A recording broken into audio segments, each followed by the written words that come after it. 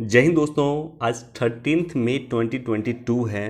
दैनिक जागरण के राष्ट्रीय संस्करण का कंप्लीट न्यूज़ एनालिसिस करेंगे। काफ़ी इम्पॉर्टेंट डिस्कशन आज का होने वाला है और कई न्यूज़ आज का काफ़ी इम्पॉर्टेंट है। चलिए डिस्कशन स्टार्ट करते हैं।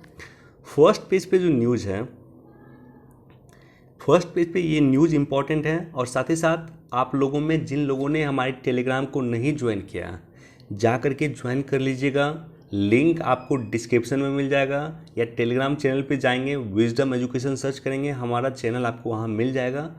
ज्वाइन कर लीजिएगा। प्रत्येक दिन दैनिक जागरण के राष्ट्रीय संस्करण का पीडीएफ इस तरह से जो न्यूज़ इंपॉर्टेंट होता है उसको टिक करके मैं वहाँ प्रोवाइड करता हूँ ताकि आप लोग उसे पढ़ लें। न्यूज़ पढ़ना काफ़ी इम्पॉर्टेंट है। अब देखिए यहाँ पे जो महंगाई का स्तर गया है, खुदरा महंगाई का, वो है 7.79%। इम्पॉर्टेंट क्या है यहाँ पे? इम्पॉर्टेंट ये है कि बहुत पहले आरबीआई ने एक समिति बनाया था, आई थिंक 2016 में, और उस समिति का नाम था उर्जित पटेल समिति। उर्जित पटेल समिति ने अपने रिकमेंडेशन में कहा था कि जो महंगाई की दर होती है, यानी जो खुदरा महंगाई होगी, वो 2% से 6% के बीच में रहनी चाहिए।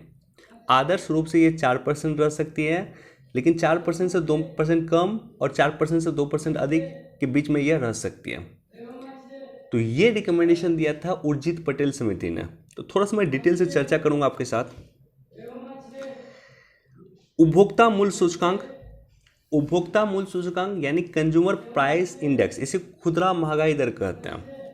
ये बेसिकली 4 प्रकार के होते हैं। एक तो औद्योगिक श्रमिक के लिए होते हैं सीपीआई, एक होता है कृषि मजदूर के लिए सीपीआई होता है, एक ग्रामीण मजदूर के लिए सीपीआई होता है, और एक सीपीआई संयुक्त होता है। सीपीआई संयुक्त होता है जिसमें सीपीआई शहरी और ग्रामीण दोनों होते हैं। नॉर्मली जब हम लोग महंगाई की बात करते हैं या खुदरा महंगाई की बात करते हैं तो उसमें हम लोग इसी की बात करते हैं, सीपीआई संयुक्त की ही हम लोग बात करते हैं। सीपीआई को जो है बेसिकली इसका जो आंकड़ा कलेक्ट किया जाता है या सीपीआई को जो डाटा प्रकाशित किया जाता है वो सीएसओ के द्वारा किया जाता है।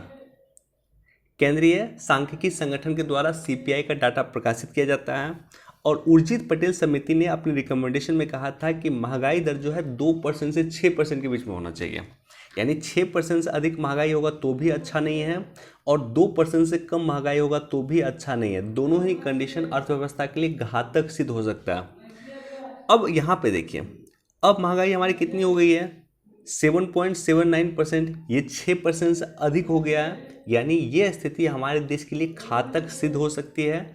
और अकॉर्डिंग टू उर्जित पटेल समिति, आरबीआई को अब जल्द ही महंगाई को कम करने के लिए आवश्यक स्टेप उठाने की आवश्यकता है।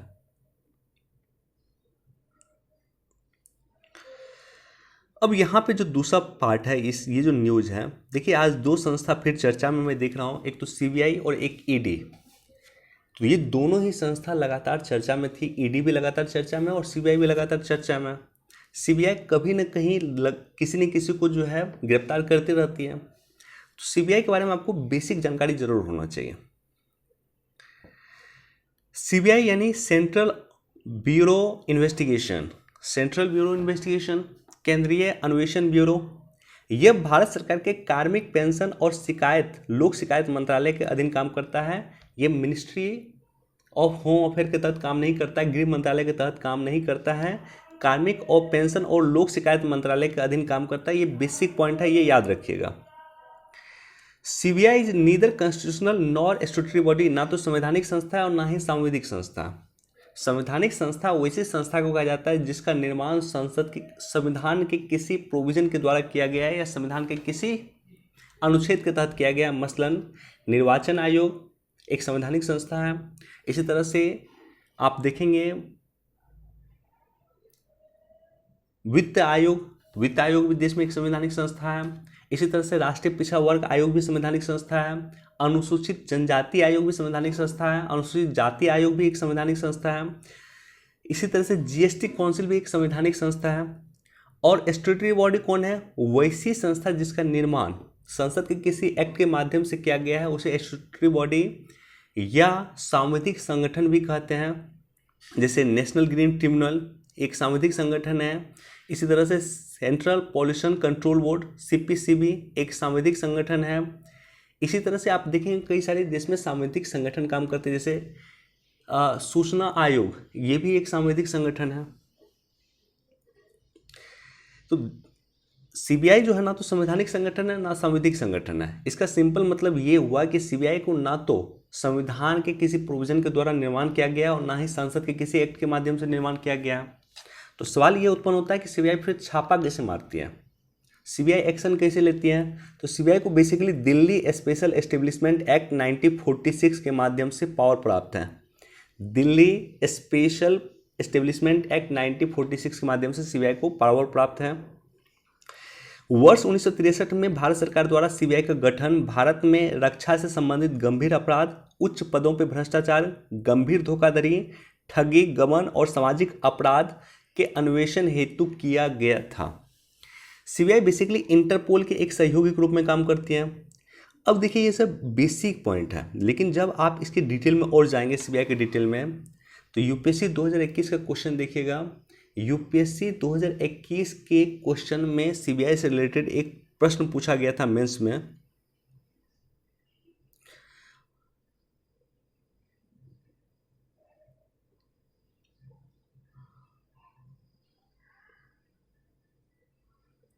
ओके, प्रश्न बेसिकली था स्वतः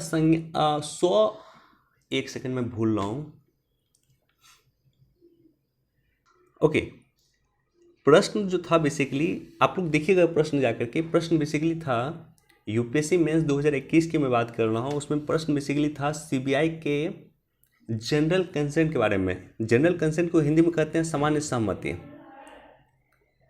सामान्य सहमति का सिंपली इतना मतलब होता है कि अगर सीबीआई, मान लीजिए कोई राज्य सीबीआई को सामान्य सहमति दिया हुआ, मान लीजिए उत्तर प्रदेश ने सीबीआई को सामान्य सहमति दिया, इसका मतलब ये होगा कि उत्तर प्रदेश के किसी भी मैटर में इन्वेस्टिगेशन करने के लिए सीबीआई को उत्तर प्रदेश सरकार से बार बार परमिशन लेने की आवश्यकता नहीं है। उत्तर प्रदेश ने सामान्य सहमति दे दिया है कि अब आप आइए जांच कीजिए, हमसे आपको बार बार पूछने की आवश्यकता नहीं है। कई सारे स्टेट जनरल कंसेंट सीबीआई से वापस लिए हैं, जैसे वेस्ट बंगाल ने जनरल कंसेंट सीबीआई से वापस लिया है। इसका मतलब ये है कि सीबीआई की पुलिस या सीबीआई जब भी इन्वेस्टिगेशन वेस्ट बंगाल में जाके करेगी तो वेस्ट बंगाल सरकार से परमिशन लेने की आवश्यकता उसे पड़ेगी, और जब तक वेस्ट बंगाल सरकार उसे परमिशन नहीं देगी तब तक सीबीआई वहाँ पे जांच नहीं कर सकती, वेस्ट बंगाल में जांच नहीं कर सकती है। तो कई सारे स्टेट ने सीबीआई से जनरल कंसेंट यानी आम सहमति वापस लिया था, इसलिए ये चर्चा में था सीबीआई लगातार, और इसी टॉपिक में मेंस 2021 में क्वेश्चन पूछा गया था। उत्तर प्रदेश के मदरसों में कक्षाएं शुरू होने से पहले राष्ट्रगान गाने का नियम। देखिए ये मैं इसलिए चर्चा कर रहा हूँ चूँकि हम लोगों ने अपने बचपन में अपने स्कूल में प्रस्तावना भी गाया, राष्ट्रगान तो गाया ही है, साथ ही साथ हम लोग के स्कूल में प्रस्तावना गाया जाता था बचपन में।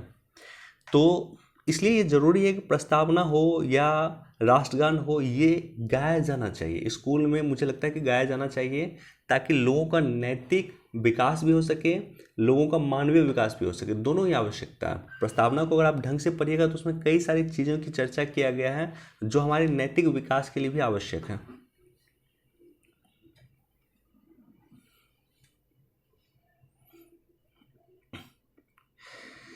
कई न्यूज़ आजकल इम्पोर्टेंट है। अब देखिए ये जो न्यूज़ है, WTO और WHO में सुधार की आवश्यकता, ये हमारे देश के माननीय प्रधानमंत्री श्री नरेंद्र मोदी जी गुरुवार को कोरोना के दूसरे वैश्विक वर्चुअल सम्मेलन को संबोधित करते हुए उन्होंने ये कहा। इससे पहले भी उनके स्पीच को आप सुनिए कि WHO का स्पीच हो या यूनाइटेड नेशन के जनरल असेंबली को जो संबोधित वो किए हैं 2 बार, पिछले 2 वर्ष से मैं उसके स्पीच को लगातार फॉलो कर रहा हूँ। हर बार वो यूनाइटेड नेशन में रिफॉर्म्स की बात करते हैं, और यूनाइटेड नेशन का ये दोनों संस्था WHO हो या WTO, दोनों ही संस्था यूनाइटेड नेशन से जुड़ा हुआ। तो यूएन रिफॉर्म्स की आज आवश्यकता क्यों है, ये इंपॉर्टेंट टॉपिक है आपके लिए। सबसे अधिक इंपॉर्टेंट टॉपिक है कि अंतर्राष्ट्रीय संगठन, बहुराष्ट्रीय संगठन में आज सुधार की आवश्यकता क्यों है, और विशेष रूप से यूनाइटेड नेशन में आज सुधार की आवश्यकता क्यों है। क्योंकि देखिए यूनाइटेड नेशन में 1945 में जब यूनाइटेड नेशन की स्थापना हुई थी उस समय का परिस्थिति कुछ और था। 1945 के परिस्थिति के अकॉर्डिंग यूनाइटेड नेशन सही काम कर रही थी, लेकिन आज के परिस्थिति के अनुसार ये सही काम नहीं कर रही है। यानी उस समय की आवश्यकता और परिस्थिति कुछ और थी, आज की आवश्यकता और परिस्थिति और कुछ और है, बावजूद इसके यूनाइटेड नेशन रिफॉर्म्स नहीं कर रही है। जो भी संगठन, जो भी व्यक्ति, जो भी कंपनी समय के साथ नहीं चलती है वो उसका अस्तित्व समाप्त हो जाता है। एक उदाहरण आपके सामने में नोकिया कंपनी है। 2004-5 के आसपास नोकिया एक बूम कंपनी थी। आई थिंक 2010 से पहले तक नोकिया एक बड़ी कंपनी थी टेलीकॉम सेक्टर में। लेकिन आज के समय में नोकिया का कोई अस्तित्व नहीं है, क्योंकि समय के साथ उन्होंने अपने आप को परिवर्तन नहीं किया। तो यूनाइटेड नेशन भी अगर समय के साथ परिवर्तन नहीं करेगा तो यूनाइटेड नेशन की प्रासंगिकता समाप्त हो जाएगी। कोरोना से निपटने में यूनाइटेड नेशन नाकामयाब रही है और विशेष तौर पे डब्ल्यूएचओ नाकामयाब रही है। आज भी डब्ल्यूएचओ हमें ये नहीं बता पाई कि कोरोना के ओरिजिनेट किस देश से हुआ। सभी को पता है कि चीन से हुआ, लेकिन इसका छानबीन करके इसको किसी भी कंक्लूजन पे डब्ल्यूएचओ नहीं पहुंच पाई कि आखिर कोरोना की उत्पत्ति किस देश से हुआ। आज रूस यूक्रेन की लड़ाई तृतीय विश्व युद्ध के मुहाने पे आ चुकी है। विश्व के कई देशों के बीच में विवाद है। इजराइल फिलिस्तीन का मुद्दा है, आर्मेनिया अजरबैजान का इशू है जो नागोर्नो कराबाख रीजन को लेकर के है। तो विश्व में कई देश में जहाँ झगड़ा चल रहा है, इन झगड़ों को निपटने के लिए यूनाइटेड नेशन नाकामयाब रही है। इन झगड़ों के समाधान में यूनाइटेड नेशन नाकामयाब रही है। चीन आप देखेंगे कि अंतर्राष्ट्रीय कानून को नहीं मानता है। इंटरनेशनल कोड ऑफ जस्टिस के डिसीजन का चीन उल्लंघन करता है। इंटरनेशनल देखिए, चीन और फिलीपींस दोनों गए थे international code of justice. International code of justice ने, आईसीजे ने चीन के पक्ष फिलीपींस के पक्ष में निर्णय दिया और चीन के अगेंस्ट में निर्णय दिया। अब चीन के अगेंस्ट में यूनाइटेड नेशन की एक संस्था इंटरनेशनल कोड ऑफ जस्टिस ने निर्णय दिया, जिसे चीन ने मानने से इनकार कर दिया। तो सवाल ये होता है कि अगर यूनाइटेड नेशन के किसी संस्था का निर्णय अगर कोई देश मानने से इनकार कर देगा तो फिर यूनाइटेड नेशन उस पर एक्शन क्यों नहीं लेंगे। तो इसलिए भी आज यूनाइटेड नेशन जो है अप्रासंगिक हो चुका है। इसमें रिफॉर्म्स की आवश्यकता है कि आपके डिसीजन को कुछ देश मानने से इनकार कर देते हैं और आप खामोश रहते हैं। सिक्योरिटी काउंसिल का और लोकतांत्रिक स्वरूप, देखिए सिक्योरिटी काउंसिल की स्थापना 1945 में ही हुआ था। तो उस समय के अनुसार हो सकता है ये सही हो, लेकिन आज के अनुसार सही नहीं होगा।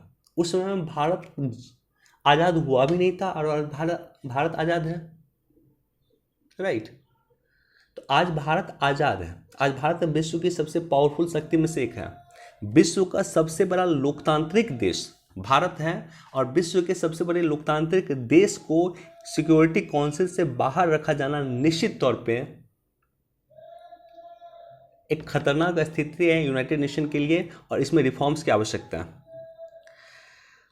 पाकिस्तान, चीन जैसे मानवाधिकार के उल्लंघन करने वाले देश आज मानवाधिकार आयोग का अध्यक्ष है या सदस्य है, तो निश्चित तौर पे ये कंडीशन भी खराब है। और डब्ल्यूटीओ की बात करेंगे तो डब्ल्यूटीओ भी कई सारे वैश्विक जो डिस्प्यूट है उसको सॉल्व करने में आज भी डब्ल्यूटीओ नाकामयाब रही है।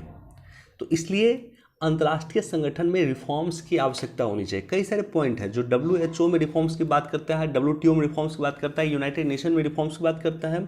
लगभग सिमिलर पॉइंट है हर जगह। कि सिमिलर पॉइंट ये है कि 1945 के आसपास ये संस्था बनी थी। उस समय के परिस्थिति के अनुसार ये प्रासंगिक थी, लेकिन आज की परिस्थिति के अनुसार ये प्रासंगिक नहीं है, क्योंकि इन्होंने अपने आप में रिफॉर्म्स नहीं किया समय के साथ।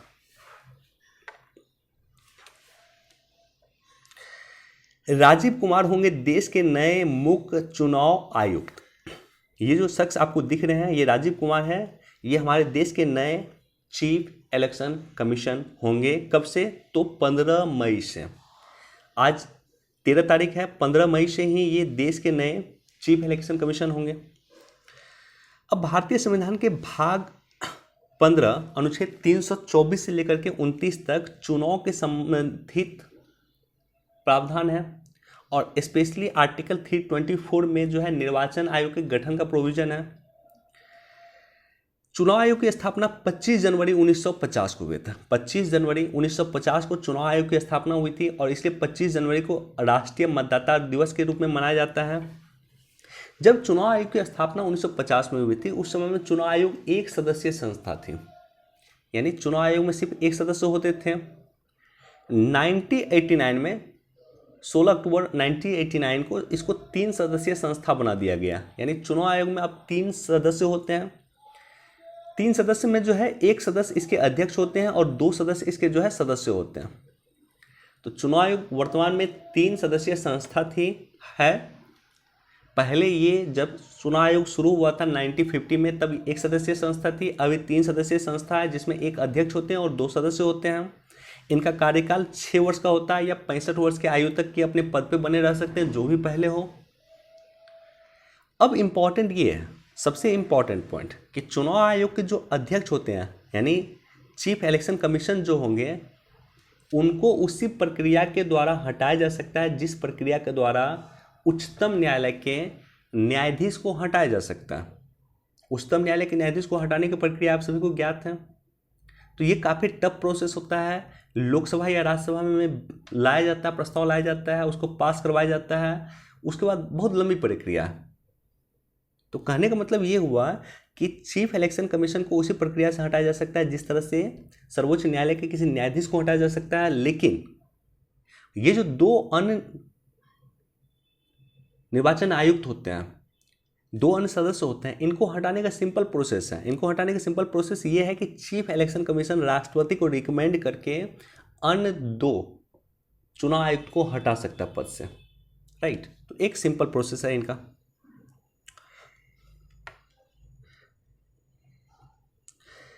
इलाज के लिए भारत आने वाले को 1 स्टेप में मिलेगी सारी जानकारी। भारत विश्व में इलाज का भी यानी मेडिकल सेक्टर का भी एक बड़ा डेस्टिनेशन बनते जा रहा है। अफ्रीका के कई सारे देश भारत में इलाज कराने के लिए आते हैं। सार्क के कई सारे देश के लोग भारत में इलाज कराने के लिए आते हैं। खाड़ी के कई सारे देश के लोग भारत में इलाज कराने के लिए आते हैं।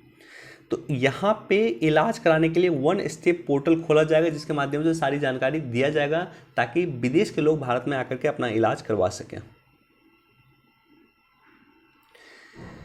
बदल रहा बिहार, लुलू से लेकर आडवाणी तक करेंगे निवेश। देखिए, बिहार में बिहार इन्वेस्टमेंट समिट दिल्ली में इसका आयोजन किया गया था। इसमें बिहार के यहाँ पे मंत्री जी हैं, ये शामिल हुए थे, उद्योग मंत्री। और बिहार में इनका कहना था कि बिहार में सेज यानी स्पेशल इकोनॉमिक जोन की स्थापना किया जा रहा है, टेक्सटाइल पार्क और लेदर पार्क की स्थापना किया जा रहा है, इथेनॉल प्लांट की स्थापना किया जा रहा है। बिहार भारत का पहला देश था जिन्होंने इथेनॉल पॉलिसी लाया था, राइट। तो इस तरह से देख रहे हैं हम लोग लगातार कि बिहार किस तरह से देश में औद्योगिक सेक्टर में अब इन करने का प्रयास कर रहा है।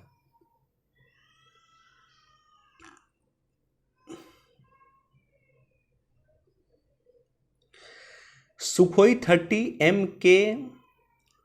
MKI से ब्रह्मोस मिसाइल का परीक्षण किया गया। एक बार पढ़ लीजिएगा।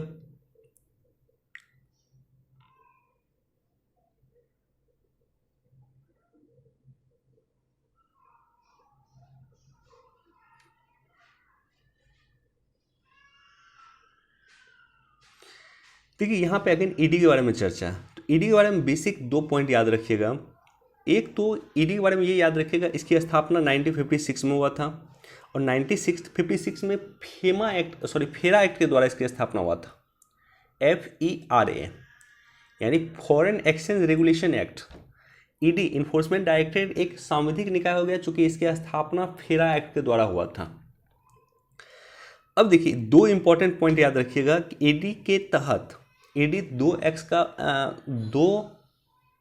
एक्ट के उल्लंघन में एक्शन लेती है, यानी FEMA act, foreign exchange management act. पहले फेरा था, इसको बाद में फेमा कर दिया गया। तो पहले फेरा था, फॉरेन एक्सचेंज रेगुलेशन एक्ट था, बाद में इसको फॉरेन एक्सचेंज मैनेजमेंट एक्ट कर दिया गया। और prevention of money laundering act, ये 2 का उल्लंघन होगा तभी जाकर के ईडी एक्शन लेगी। फेमा और PMLA एक्ट का उल्लंघन होने पे ही ईडी एक्शन लेती है।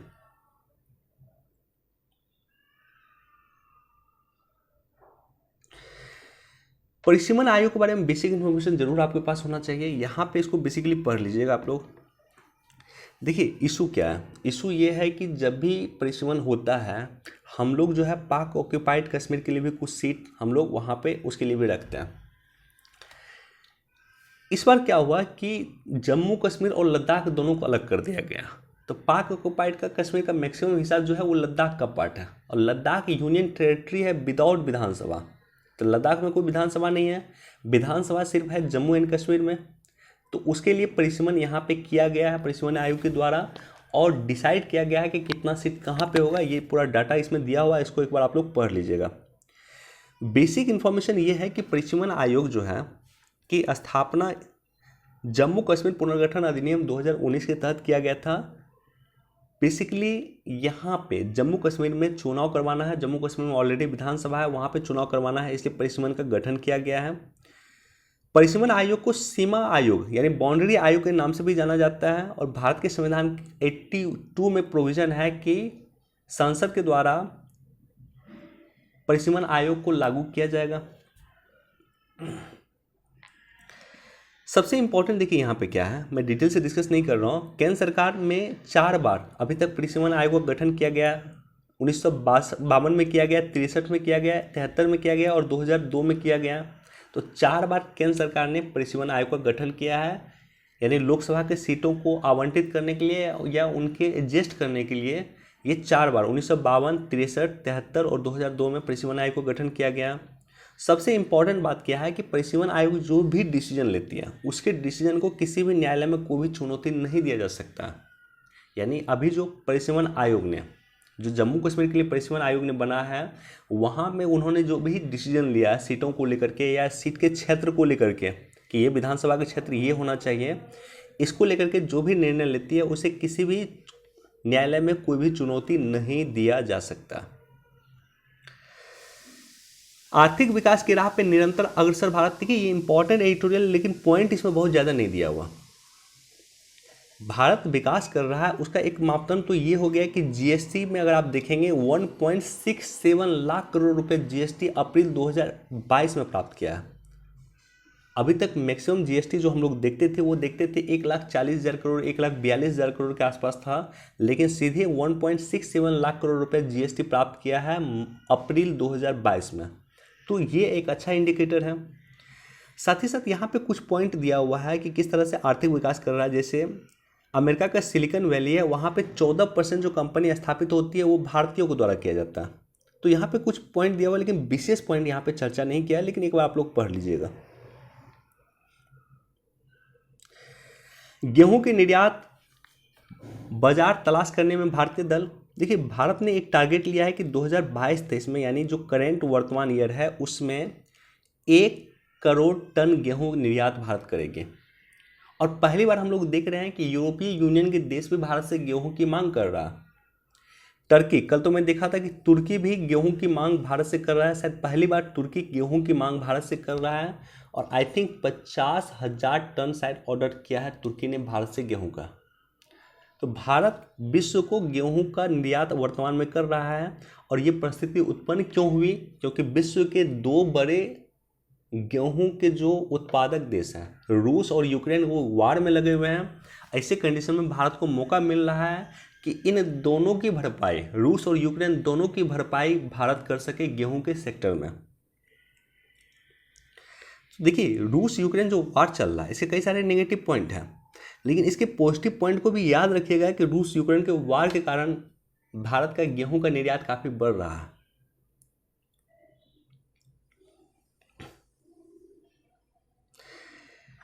रानिल विक्रमसिंघे बने श्रीलंका के नए प्रधानमंत्री। अब देखिए यहाँ पे 2 न्यूज है और दोनों ही काफी जियो स्ट्रेटेजिक रूप से काफी इंपॉर्टेंट है दोनों। एक तो ये इंपॉर्टेंट है, मैं पहली बार देख रहा हूं कि अमेरिका किस तरह से आसियान देशों को अपने पक्ष में कर रहा है। भारत किस तरह से, आपने देखा होगा कि भारत 2017 या 18 में आसियान के जितने भी नेता, आसियान के 10 देश हैं, 10 देश के जो नेता हैं, राष्ट्राध्यक्ष हैं, उनको 26 जनवरी में मुख्य अतिथि के तौर पर आमंत्रित किया था। तो भारत जो है आसियान को अपने और करने में लगातार कार्य कर रहा है। इसलिए भारत ने लुक ईस्ट नीति की जगह एक्ट ईस्ट नीति भारत सरकार लेकर आई थी। लेकिन ये पहली बार मैं देख रहा हूं कि अमेरिका जो है आसियान को अपने पक्ष में कर रहा है। निश्चित तौर पे इसका जियो स्ट्रेटेजिक इंपॉर्टेंस है, राइट। अब देखिए ये जो न्यूज है, नाटो, जिस तरह से नाटो का एक्सटेंशन अमेरिका कर रहा है और उसको लेकर के रूस यूक्रेन वार हो गया। रूस यूक्रेन वार के द्वारा रूस सिर्फ ये कहना चाहता है कि नाटो का अगर एक्सटेंशन हुआ या कोई भी देश नाटो में शामिल होना चाहेगा तो हम उस देश को डिस्ट्रॉय कर देंगे। और कहीं ना कहीं ये गलत भी नहीं कर रहा रूस, इसको पूरी तरह से आप गलत भी नहीं कहिएगा। क्यों? क्योंकि 1991 में जब रूस का विघटन हुआ था, यूएसएसआर का विघटन हुआ था, उस समय में अमेरिका ने कहा था कि हम अब नाटो का एक्सटेंशन नहीं करेंगे। तो जब 1991 में अमेरिका का रूस के विघटन के समय में अमेरिका ने कमिटमेंट किया था कि हम नाटो का एक्सटेंशन नहीं करेंगे, तो फिर नाटो का एक्सटेंशन आज क्यों हो रहा है? आज नाटो की प्रासंगिकता क्या बची हुई है? राइट। तो अगर रूस के पर्सपेक्टिव से देखिए तो रूस भी सही है। बहरहाल इस पे देखिए, ये सब जो टॉपिक होता है, ये टॉपिक में मैं कोशिश करता हूँ कि अपना पॉइंट ऑफ व्यू मैं आपके सामने प्रस्तुत ना करूँ, आप अपना खुद का पॉइंट ऑफ व्यू डेवलप कीजिए। यू हैव टू डेवलप ये ऑन पॉइंट ऑफ व्यू। रूस यूक्रेन वार में यूक्रेन का भी कुछ पॉइंट है, रूस का भी कुछ पॉइंट है। दोनों में कौन सही है? अगर आपसे सिंपली पूछा जाए कि दोनों में कौन सही है, तो आपके अपना कुछ पॉइंट ऑफ व्यू होना चाहिए। कुछ रूस के समर्थन में कुछ पॉइंट होना चाहिए, रूस के अगेंस्ट में भी कुछ पॉइंट होना चाहिए, यूक्रेन के समर्थन में कुछ पॉइंट होना चाहिए, यूक्रेन के अगेंस्ट में भी कुछ पॉइंट होना चाहिए। हिमालय की पर्वतारोही ने 2 हफ्ते में 2 बार किया कंचनजंगा फतेह। इसका नाम है बलजीत कौर। 2 हफ्ते में 2 बार कंचनजंगा जो सिक्किम में पड़ता है उसका फतेह किया।